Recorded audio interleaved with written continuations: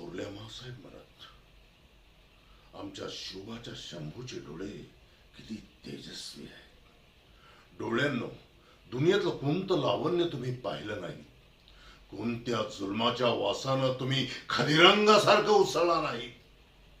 आता दिव्यावरची ज्योत जशी विझावे तसे विझून जा, पण विझता विझता मात्र या स्वार्थापोटी आंधळ्या झालेल्या समाजाला एक नवी दृष्टी देऊन जा.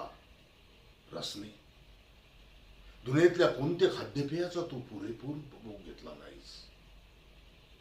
स्वतःच्या गुणांची कदर करताना हातचं कधी काही राखलं नाहीस.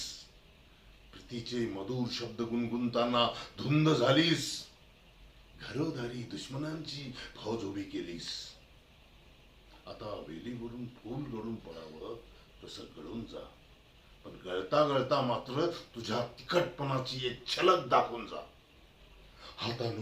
हातानो साखळदंड खरकसले गेले म्हणून तुम्ही दुःखी कष्टी तरी झाला नाही.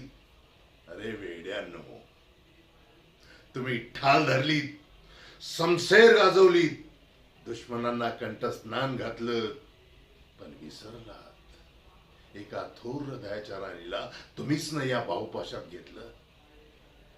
अरे पोतार्थी लाकूड तोड्या फांद्या तोडतो म्हणून कधी वटवृक्षाला आकांत केलंय नाही.